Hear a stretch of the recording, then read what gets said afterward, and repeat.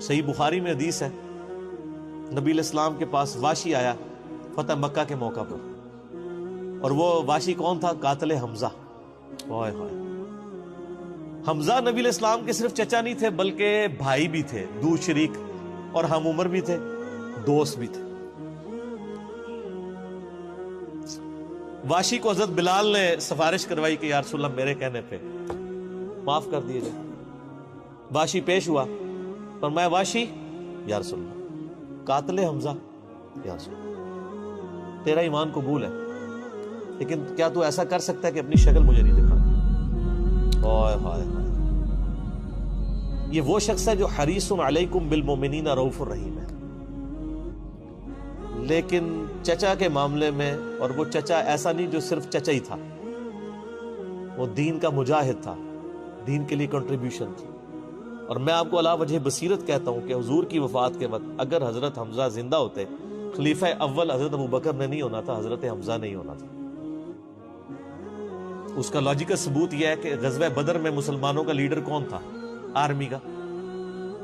حضرت حمزہ۔ نبی علیہ السلام تو خیمے میں تھے نا، مسلمانوں کو لیڈ کون کر رہا تھا؟ حضرت حمزہ۔ غزوہ احد میں کون لیڈ کر رہا تھا؟ حضرت حمزہ۔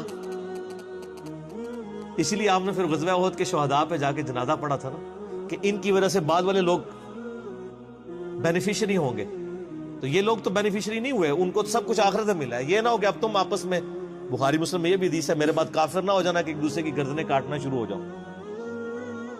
اور وہی ہوا پھر بعد میں۔ تو نبی علیہ السلام نے قاتل حمزہ کو معاف کیا، اور فرمایا پوری زندگی پھر واشی سامنے نہیں آیا حضور کے، حالانکہ آپ کو تو اللہ نے گارنٹی دی ہے حریص علیکم بالمؤمنین رؤوف الرحیم۔ نبی علیہ السلام مومنین پر رؤوف بھی ہیں، رحیم بھی ہیں۔ اب میں تھوڑی سی انجینئرنگ کرتا ہوں کہ انسان کو اپنے چچا سے زیادہ محبت ہوتی ہے یا اپنی اولاد سے؟ مطلب اس پہ تو کوئی دوسری رائے نہیں ہے۔ جن جن کے بچے ہیں، یعنی میرے بھی اپنے بچے ہیں، آپ میں سے بھی اکثر لوگ شادی شدہ بیٹھے ہیں، آپ خود انالیسس کر لیں، بلکہ اولاد تو بعض کا انسان کو ماں باپ سے آگے ہو جاتی ہے۔ تو جن لوگوں نے حضرت حمزہ کے ساتھ ظلم کیا اور ان کو قتل کیا، ان کا ایمان قبول نہیں کیا گیا۔ تو جن لوگوں نے حضرت حسین ابن علی کے ساتھ ظلم کیا، یا حضرت علی ابن ابی طالب کو تکلیفیں دی ہیں جو حضور کے بچوں کی جگہ تھے، ان کے بارے میں آپ ایکسپیکٹ کر سکتے ہیں کہ نبی علیہ السلام کے دل میں ان کے بارے میں کوئی محبت کے جذبات ہو؟ Not at all. حتیٰ کہ آپ دیکھ لیں مسند احمد میں تواتر سے وہ حدیث نقل ہوئی ہے کہ ابن عباس کہتے ہیں کہ ایک دوپہر کے وقت میں نے خواب دیکھا اور میں گھبرا کے اٹھ گیا اس خواب کی وجہ سے۔ میں نے دیکھا کہ نبی علیہ السلام جو ہے وہ پرانگدہ حالت ہے، بال بکھرے ہوئے ہیں، جسم پہ گرد پڑی ہوئی ہے، ہاتھ میں خون کی ایک شیشی ہے، اور میں نے کہا یا رسول اللہ میرے ماں باپ قربان، آپ کی کیا حالت ہے؟ تو فرمایا کہ یہ حسین اور اس کے ساتھیوں کا خون ہے جو صبح سے میں کربلا میں سمیٹ رہا ہوں۔ اور یعنی یہ ایک اللہ کی طرف سے دکھایا گیا یہ تشبیہ، یعنی ایک علیحدہ سے ایک محکمہ خواب، ایک محکمہ بالکل الگ سے۔ آپ مجھے خواب میں آئے تو آپ کو نہیں پتا ہوگا کہ آپ میرے خواب میں آئے، یہ اللہ تعالیٰ تمثیلاً دکھاتا ہے۔ اور نبی علیہ السلام کو خواب میں دیکھ رہا ہے کون؟ صحابی، تو وہ تو کنفرم ہے، بخاری مسلم میں حدیث ہے جس نے مجھے خواب میں دیکھا میری شکل میں شیطان نہیں آ سکتا، اور وہ شکل صحابی کو تو پتا تھی، اور صحابی بھی عام نہیں، عبداللہ ابن عباس کہتے ہیں میں گھبرا کے اٹھا، میں نے وقت اور تاریخ نوٹ کر لی اور دن بھی۔ کئی ہفتوں بعد پتا چلا کہ اسی دن 10 محرم 61 ہجری میں حضرت حسین ابن علی کو شہید کیا۔ تو حسین ابن علی کی وفات کے اوپر یہ ابن عباس کو خواب میں آنا، حضور صلی اللہ علیہ وسلم نے انڈیکیٹر دے دیا نا، اسی حدیث کو نقل کر کے اسماعیل دہلوی، جس کو دیوبند اور اہل حدیث جو اس وقت پریکٹیکلی یعنی ایک سمجھ لیں کہ یزید کے ٹھیکیدار بنے ہوئے ہیں اس کے دفاع کے اوپر، ان کے مشترکہ امام ہے اسماعیل دہلوی، شاہ ولی اللہ دہلوی کا پوتا۔ اس نے جو کتاب لکھی ہے نا تقویت الایمان، جس میں گستاخیاں بھی ہیں، وہ اس کتاب کے اندر ہم نے اس کا جے پی جی بھی لگایا تھا، اس میں اس نے لکھا ہے کہ اس حدیث سے پتہ چلا کہ نبی علیہ السلام وفات کے بعد بھی اللہ کی جنتوں میں حسین کے قتل کی وجہ سے غم زدہ ہیں۔ اور اس نے بھی لکھا یزید پلید لفظ لکھا، وہ اس پوری کتاب میں جہاں جہاں لفظ استعمال کرتے ہیں یزید پلید استعمال کرتے ہیں۔ تو بعد میں سعودیہ ایران ٹسل شروع ہوئی تو یہ یزید کی وکالت کرنی شروع کر دی. اہل حدیث تو خیر اس وقت ناسبیت اور یزیدیت کا جھنڈا اٹھائے ہوئے ہیں. دیوبند میں کم لوگ ہیں ایز کمپیئر ٹو اہل حدیث, اور بریلویوں میں تو بہت ہی کم.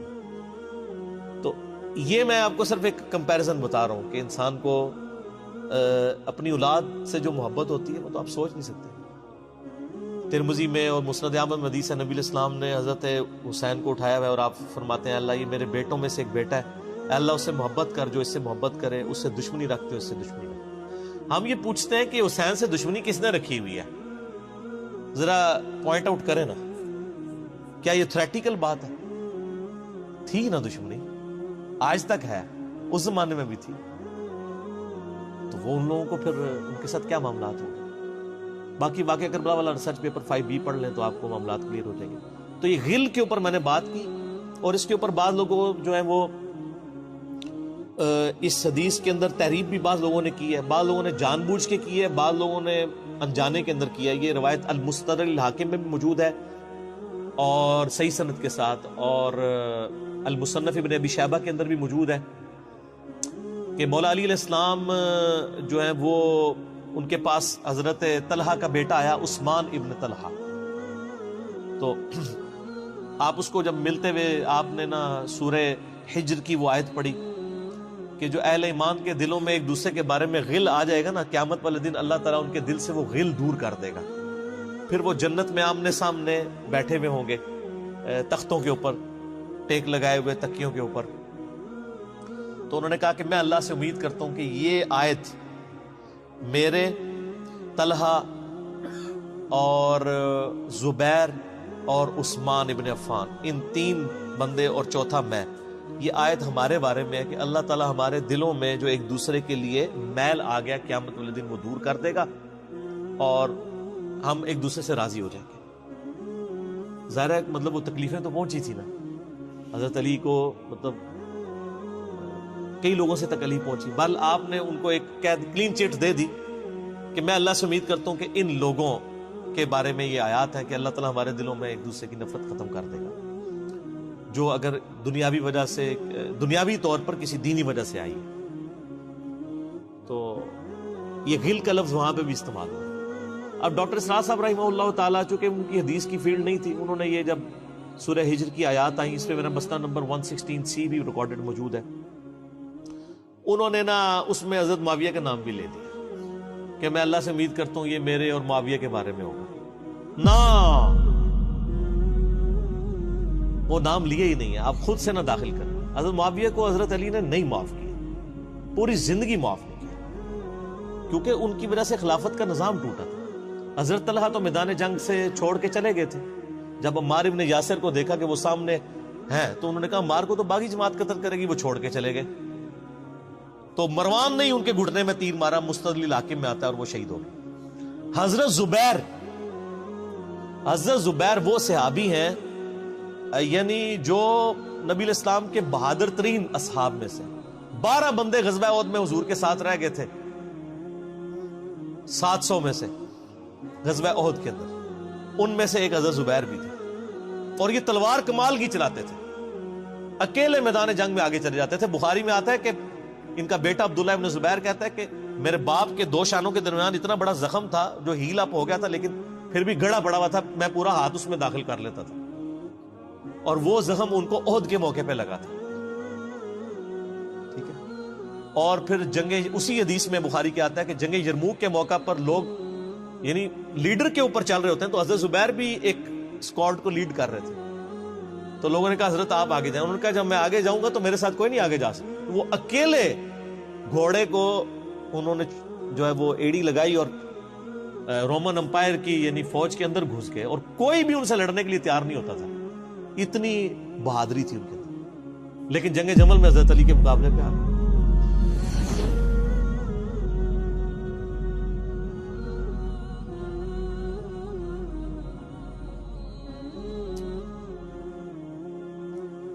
اس تکلیف کا کوئی اندازہ نہیں کر سکتا.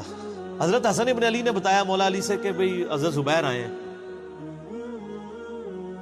تو حضرت علی نے کہا کہ رکو میں خود چاہتا ہوں. گئے, کہا زبیر یاد ہے وہ دن جب نبی تم مجھ سے بڑا پیار کر رہے تھے، پھوپھی ذات تھے نا، نبی علیہ السلام کی پھوپھی کے بیٹے ہیں حضرت زبیر بن عوام رضی اللہ تعالی.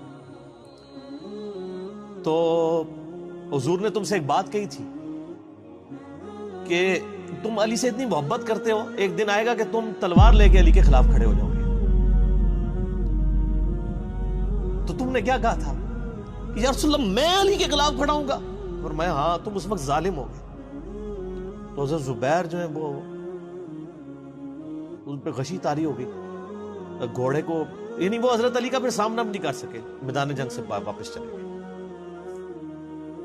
تو بعد میں حضرت علی کے فوجیوں میں سے ایک بندے نے جا کے پیچھے ان کو دھوکے سے قتل کر کے تھا. تو حضرت علی نے کہا کہ زبیر کے قاتل کو میں دوزخ کی بشارت دیتا ہوں، کیونکہ زبیر جنتی تھا. تو وہ شخص پھر حضرت علی سے ناراض ہو گیا کہ ہم نے میں نے تجھے حکم دیا تھا، جب میں نے ان کو جانے دیا تو نے یہ کام کیوں کیا؟ تو وہ پھر خارجی ہو گیا. اور یعنی یہ وہ محبت تھی، وہ جہاں محبت تھی وہ نظر آتی تھی. ظاہر ہے کہ ایک بندے کی ایک غلطی سے اس کی پوری زندگی زیرو سے ملٹی پلائی نہیں ہو جاتی ہے. جس نے اتنا کچھ دین کے لیے کنٹریبیوٹ کیا کبھی نہیں ہو سکتا ایسا. حضرت علی کو بھی اس بات کا پتہ تھا. بہرحال یعنی اللہ تعالیٰ ان سے راضی ہو، اسی لیے نبی علیہ السلام کی اس حدیث یعنی وہ حضرت علی کے اس قول کو حضرت علی فٹ کیا کرتے تھے حضرت زبیر، طلحہ اور حضرت عثمان ابن عفان پہ رضی اللہ تعالیٰ. باقی آپ میرا کربلا والا ریسرچ پیپر پڑھیں تو آپ کو پتہ چلے گا کہ کتنی یعنی مشکل وقت حضرت علی نے اپنی خلافت میں دیکھا ہے اس حوالے سے. یعنی مصنف ابن ابی شیبہ میں آپ کے مخالفین کی لاشیں بھی ہیں، ان پہ بھی حضرت علی گریہ کر رہے ہیں، ایک ایک کی لاش اٹھا کے اس کو صاف کر رہے ہیں. حضرت طلحہ کا بیٹا تھا محمد بن طلحہ، اس کی لاش دیکھی تو رو پڑے، حالانکہ وہ مخالفت میں لڑنے آیا تھا. پھر حضرت حسن سے کہا کاش میں جنگ جمل سے 20 سال پہلے ہی مر گیا ہوتا، میں یہ دن نہ دیکھتا. ایک ایسا شخص جس نے 8 سال کی عمر میں اسلام قبول کیا، جس نے اسلام کو زیرو سے 3 براعظموں میں پھیلتے ہوئے دیکھا، اور اب اس کو بڑھاپے میں یہ دن دیکھنے پڑ رہے ہیں کہ اس کے سامنے اسلام کا شرازہ بکھر رہا ہے، کہ مسلمانوں سے لڑ رہے ہیں. ایک جنگ میں 8-10 ہزار لوگ، جن میں مرنے والے صحابہ ہیں حضور کی تربیت یافتہ، جو ایک آواز کے اوپر حضور کی لبیک کہنے والے تھے، شیر و شکر تھے آپس میں.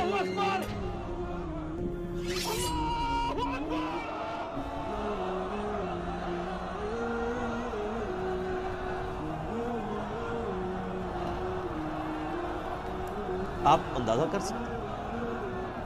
اسی لیے حضرت علی جو ہیں وہ یعنی کوفے میں شہر سے باہر آپ کو پتہ ہے کنویں ہوا کرتے تھے، اکیلے جا کے کنویں پہ بیٹھ کے رویا کرتے تھے کہ اللہ اس امت کے ساتھ کیا ہو گیا. کوشش کرتے رہے، اینڈ رزلٹ یہ ہے کہ وہ خلافت کا نظام. اسی لیے مصنف ابن ابی شیبہ میں آتا ہے کہ آپ نے فجر اور عشاء کی نمازوں میں قنوت نازلہ پڑھی، اللہم علیک بمعاویہ و اشعائہ، اے اللہ معاویہ اس کے شیعہ کو برباد کر، علی اور اس کے عمر بن عاص اور اس کے شیعہ کو، ابا سلمی اور اس کے شیعہ کو، قیس اور اس کے شیعہ کو برباد کر. باقی احادیث میں آپ علیہ السلام نے جو بشارت کر دی تھی، سنن سعید کبریٰ کے اندر حدیث موجود ہے، حاکم کے اندر، کہ نبی علیہ السلام نے حضرت علی سے ایک دن فرمایا تھا، اے علی، اگلی امتوں میں سب سے بڑا بدبخت وہ تھا جس نے قوم عاد کی اونٹنی کو قتل کیا اور اس کے بعد عذاب آ گیا. میری امت کا سب سے بڑا بدبخت وہ ہوگا جو تیرے سر کے خون سے تیری داڑھی کو رنگ دے. اور وہی ہوا ہے. اور اس کے بعد پھر دیکھیں امت ایک جگہ جمع نہیں ہوئی ہے. حضرت علی ایک آخری کوشش تھی، اور جن لوگوں نے اس وقت ساتھ نہیں دیا پھر ان کو دنیا میں اس کا خمیازہ بھگتنا پڑا ہے. عبداللہ بن عمر نے بیعت نہیں نہ کی تو صحیح بخاری اٹھا کے دیکھیں، عبداللہ بن عمر کو آل امیہ نہیں قتل کروایا، حجاج بن یوسف نے زہر آلود نیزہ مروا دیا. اور حاکم کے اندر مجموع الزوائد کے اندر موجود ہے، حضرت عبداللہ بن عمر آخری عمر میں کہا کرتے تھے کاش میں اس وقت علی کا ساتھ دیتا اور یہ خلافت کا نظام تو بچ جاتا. کیونکہ کئی لوگ بیچ میں نیوٹرل ہو گئے تھے جو پھر ساتھ نہیں دیا، تو اس کی وجہ سے پھر حضرت علی کے چونکہ اب پاس اتنی مین پاور نہیں تھی کہ اس سسٹم کو سنبھال سکتے، بعد پھر وہ شہید ہو گئے اور پھر معاملات آ گئے. خیر بات کہاں سے کہاں نکل گئی، کیونکہ یہ اس کے ساتھ غل کا لفظ تھا، تو یہ غل کے لفظ کو ایڈریس کرنا ضروری تھا.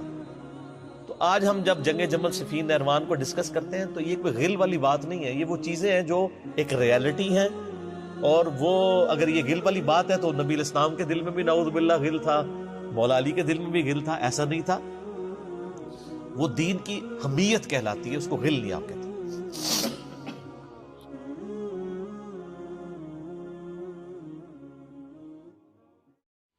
واقعہ کربلا اس سے ریلیٹڈ نہیں ہے کہ جی ان کے اوپر پانی بند ہو گیا، ان کے اوپر ظلم ہوا، کتنے بندے شہید ہوئے، یہ سیکنڈری چیز ہے۔ اصل چیز ہے کربلا ہوئی کیوں نبی علیہ السلام کی محنت کو 50 سال کے اندر اس لیول تک پہنچا دیا گیا کہ ہزاروں صحابہ زندہ ہیں اور نبی صلی اللہ علیہ وآلہ وسلم کی پوری اولاد ذبح کر دی جاتی ہے۔ ہم تو یہ کہہ نہیں رہے کہ کیسے ذبح کیا انہوں نے، آری چلائی تھی یا تلوار چلائی تھی، یہ تو واقعہ کربلا تو سب کو پتہ ہے، ان کی شہادت بھی سب کو پتہ ہے۔ جامعہ ترمذی میں حدیث ہے حسن و حسین جنتی نوجوانوں کے سردار ہیں، اور ان کی والدہ جو ہے وہ جنتی عورتوں کی سردار ہیں، اور المستدل حاکم میں حدیث ہے حسن و حسین جنتی نوجوانوں کے سردار ہیں اور ان کے والد ان سے بھی بہتر ہیں۔ تو یہ تو ڈیفینٹ حدیثیں ہیں، یہ تاریخ تو نہیں ہے، نبی علیہ السلام کے فرامین ہیں۔ تو ان کی موجودگی میں ان کے ساتھ یہ کچھ کیا جائے تو ہم نٹی گریٹیز میں نہیں پڑھتے، ہم اس تھیم کے اوپر کہ یہ کون سی چیز تھی جس نے خلافت راشدہ کو ملوکیت میں بدل دیا، ہم اس تھیم کے اوپر بات کرتے ہیں۔ ہم کہتے ہیں چھوڑ دیں، بندے ہندے چھوڑیں، الٹیمیٹلی کیا نکلا ہے، کس کی وجہ سے ہوا ہے، وہ تو حدیث کی کتابوں میں موجود ہے۔ ہم کب کہہ رہے ہیں خفیہ کیمرے لگا گئے جی کس نے گولی پہلا تیر کس نے چلایا، یہ وہ ہم تو بتا رہے کس کے دور حکومت میں ہوا اور ان کا اپنا کردار کیا تھا، اس کو کس طریقے سے لا کے تخت پہ بٹھایا گیا، وہ ساری کی ساری چیزیں تو سامنے ہیں۔ وہ تاریخ کی کتابیں نہیں ہیں، حدیث کی کتابیں ہیں۔ اگر آپ کہتے ہیں کہ بخاری مسلم سے ہم نے صرف رفع الیدین کی حدیثیں لینی ہیں یا ایمانیات کی حدیثیں لینی ہے اور باقی جو بخاری اور مسلم میں آل امیہ کی بدماشیوں کو ننگا کیا گیا ہے وہ ہم نے نہیں لینی ہے، تو سر پھر آپ اپنے آپ کو کلیئر کٹ، پھر ہم آپ سے واقعہ کربلا نہیں ڈسکس کریں گے، حجیت حدیث میں بات کریں گے۔ آپ کو اپنے آپ کو منکرین حدیث کہنا پڑے گا، یہ آپ اسکروٹنگ کیسے کریں گے؟ اس سے بڑی بات مجھے یہ بتائیں کہ عظمت صحابہ بڑی چیز ہے یا عظمت محمد رسول اللہ صلی اللہ علیہ وآلہ وسلم؟ تو بریلوی یہی تو رونا رو رہے ہیں، وہ کہہ رہے ہیں جی قرآن میں تھوڑی آیات ہیں، آپ پھر مڑ مڑ کے پڑھتے ہیں قل انما انا بشر مثلکم، اس میں تو نبی علیہ السلام کی تنقیص ہو رہی ہے۔ تو ہم ان کو کیا کہتے ہیں کہ تنقیص مقصد نہیں، نعوذ باللہ، نہ ہو رہی ہے، آپ افضل البشر ہیں لیکن آپ کی سپیشیز بشر ہے، یہ ہم اپنا عقیدہ سمجھتے ہیں، وہ اس کو تنقیص شمار کرتے ہیں۔ تو پھر اس وقت آپ بھی بریلویوں کی بات مان کے تو یہ آیات پڑھنا چھوڑ دیا کریں۔ آپ کہتے ہیں نہیں آیات ہے کیوں نہ بیان کریں، تو ہم بھی کہتے ہیں احادیث ہے کیوں نہ بیان کریں کہ صحیح بخاری میں حدیث ہے 2812 عمار کو ایک باغی جماعت قتل کرے گی، وہ جماعت دوزخ کی طرف بلا رہی ہوگی اور عمار ان کو اللہ اور جنت کی طرف بلا رہا ہوگا۔ اب اس کے نرغے میں جو جو آتا ہے وہ آئے، میں اپنے نبی سے ٹکر لے لوں آپ لوگوں کے منہ کا خیال رکھتے ہوئے کہ میں نبی علیہ السلام کو کہوں کہ آپ نے کیوں ایسی بات کر دی کہ مولا علی کے مخالفین کو آپ نے دوزخ کی طرف بلانے والی جماعت کہہ دیا؟ تو لیں آپ ٹکر، جائیں سیدھا دوزخ میں، اور تھوڑی جرت کریں، آپ یہ کہا کریں کہ اے اللہ، اپنے لیے کہا کریں کہ اللہ تعالیٰ آپ کا حشر یزید اور یزید کے آباء و اجداد کے ساتھ کرے اور اس کی اولاد کے ساتھ۔ ہم کہتے ہیں کہ اللہ تعالیٰ ہمارا حشر جو ہے وہ مولا حسن حسین، مولا علی علیہ السلام اجمعین اور اہل بیت کے ساتھ کرے، آمین۔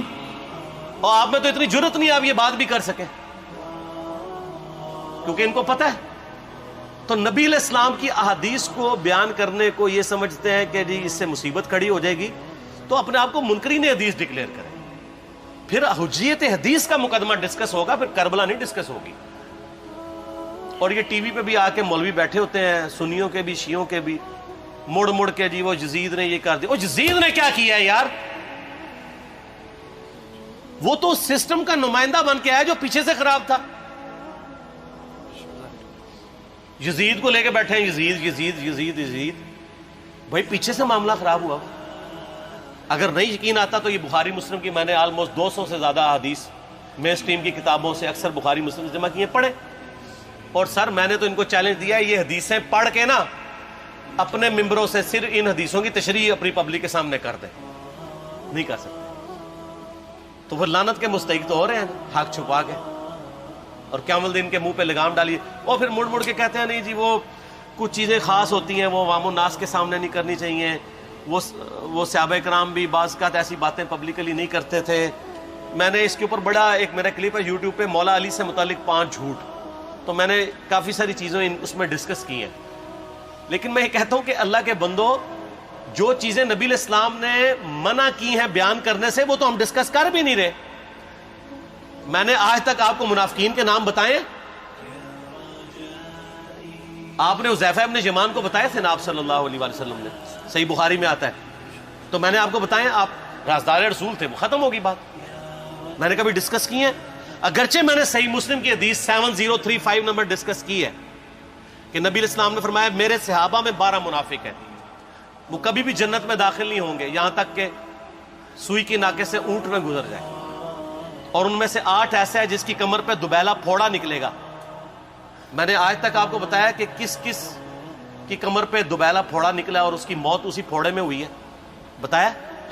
تو میں تو وہ چیزیں ڈسکس بھی نہیں کر رہا، میں وہ چیزیں ڈسکس کر رہا ہوں جو نبی علیہ السلام نے علامات النبوہ میں بتائی ہیں۔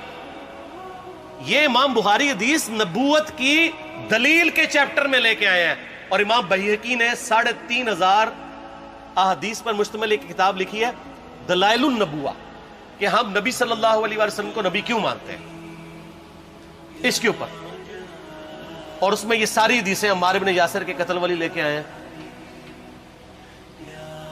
بتانے کے لیے کہ دیکھیں ہمارے نبی علیہ السلام کی نبوت کی دلیل ہے کہ آپ نے اپنی وفات کے آلموسٹ 30 سال کے بعد ہونے والے واقعے کو پہلے ہی بتا دیا۔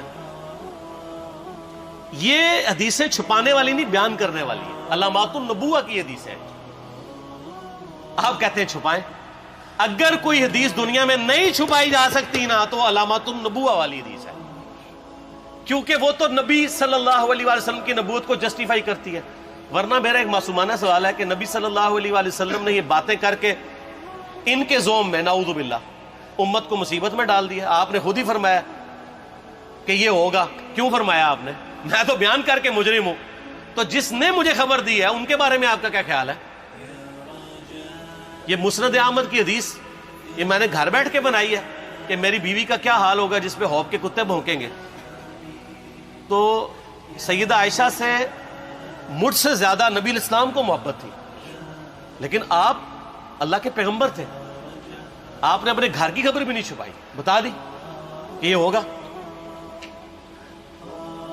اور اس سے بڑھ کے آپ صحیح بخاری میں دیکھیں، عمار بن یاسر کا خطبہ ہے، میں نے یہ سارا، پریشان نہیں ہونا، یہ ریسرچ پیپر میں سارا کچھ موجود ہے، اور کوئی چیز بھی ایسی نہیں جو اس میں سکپ ہو۔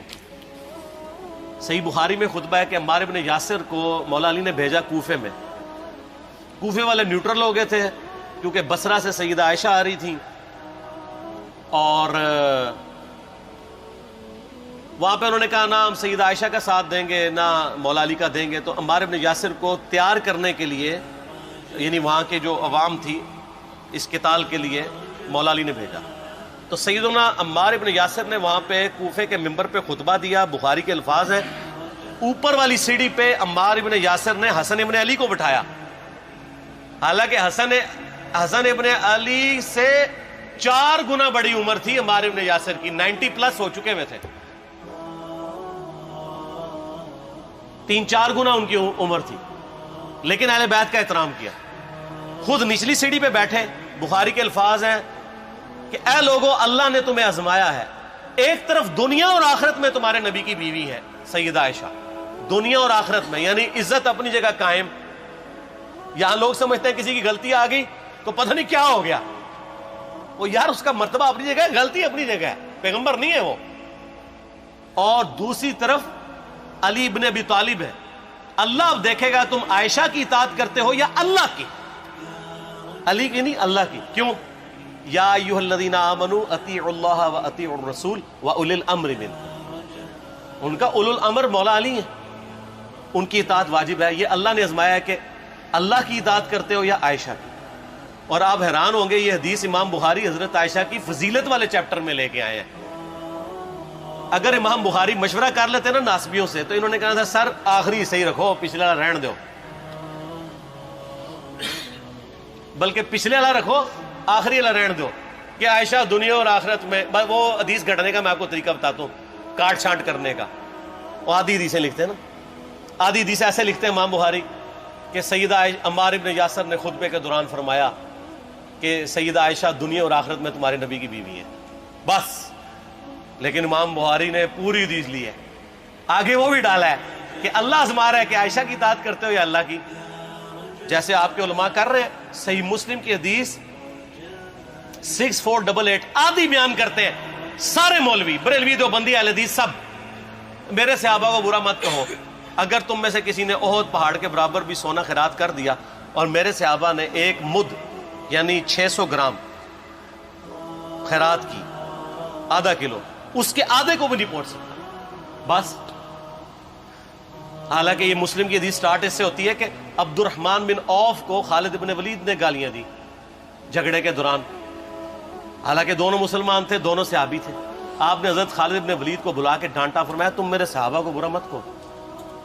تو خالد بن ولید نے تو آگے سے نہیں کہا حضور میں بھی صحابی ہوں.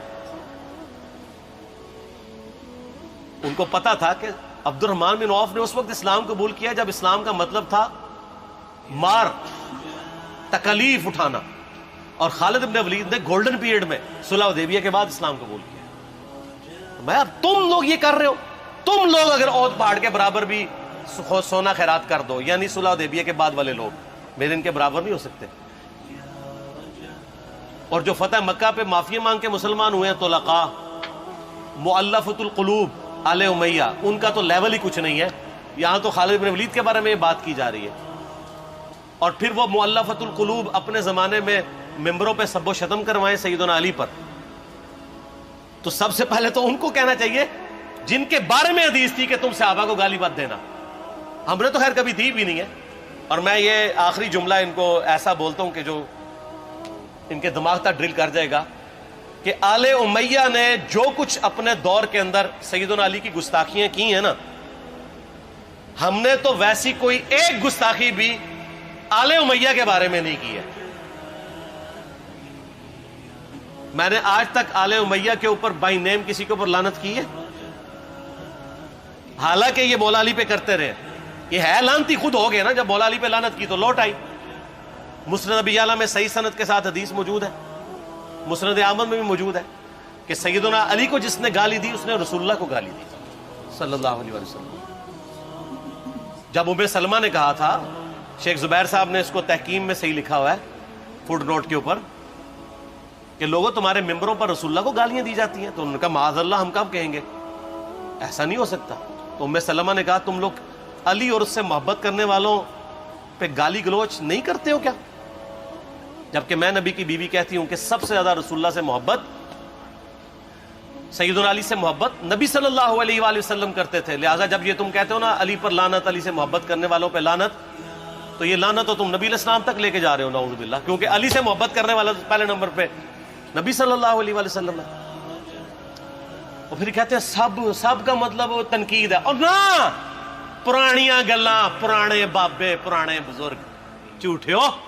صحیح مسلم کھولو 6229 غدیر خم سے اگلی حدیث، لعن اللہ ابا التراب کے الفاظ ہیں، مٹی والے ابن ابی طالب پر لعنت، یہ الفاظ موجود ہیں. سب کا ترجمہ لعنت ہی ہے، تنقید نہیں ہے. اچھا پھر میرا معصومانہ سوال ہے کہ اس کا مطلب ہے صحابہ پہ تنقید کرنا اچھا کام ہے؟ کہیں گے نہیں. تو بتاؤ یہ برا کام کون کرتا تھا؟ شیعہ کا ابا کون ہے؟ رافضیوں کا ابا کون ہے؟ آل امیہ. تو لہذا شیعہ نو میں کہنا کہ تسی شیخین کے اوپر بکواس اور تبرہ کرنے کی بجائے نا اب لوگوں کو حقائق بتائیں کہ ٹوٹی کمند کہاں. یہ سب مجرمین آل امیہ ہے. اور یہ آل امیہ اور بنو ہاشم کی لڑائیاں نبی اسلام کی بعثت سے پہلے چل رہی تھی، صدیوں سے چل رہی تھی. وہ تو پھر اللہ نے بنو ہاشم کو نبوت کے لیے چنا تو ان کو یہ پھر جیلسی ہضم نہیں ہوئی، وہ چیز آگے چلتی رہی. خیر چھوڑ دیں، ایک تلخ ٹاپک ہے. صلاۃ بر محمد و آل محمد، اللہم صلی علی محمد و علی آل محمد. ٹھیک ہو؟